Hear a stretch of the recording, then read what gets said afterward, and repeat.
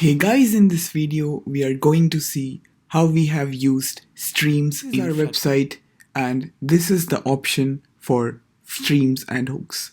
So this form comprises of 3 input fields. The only external package this form uses is Flutter Hooks, that too for getting the StreamController for each of the different input fields. Let's see the first input field in action.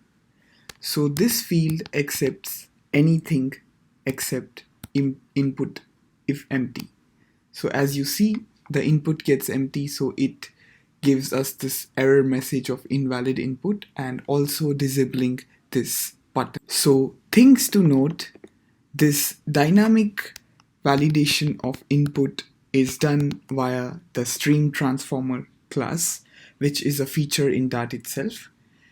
Second thing, this save button is listening to all 3 input field error streams, and in case any of the field emits an error, so this disables this save button. The second input stream is an integer stream which accepts integer values only. So the stream transformer it's listening to is customized for integers. And the final input stream is a listening to double stream, and it is customized to accept only double values.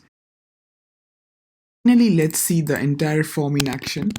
If we remove everything and it says invalid input and this button save is disabled, and we start inputting, so it enables the save button again.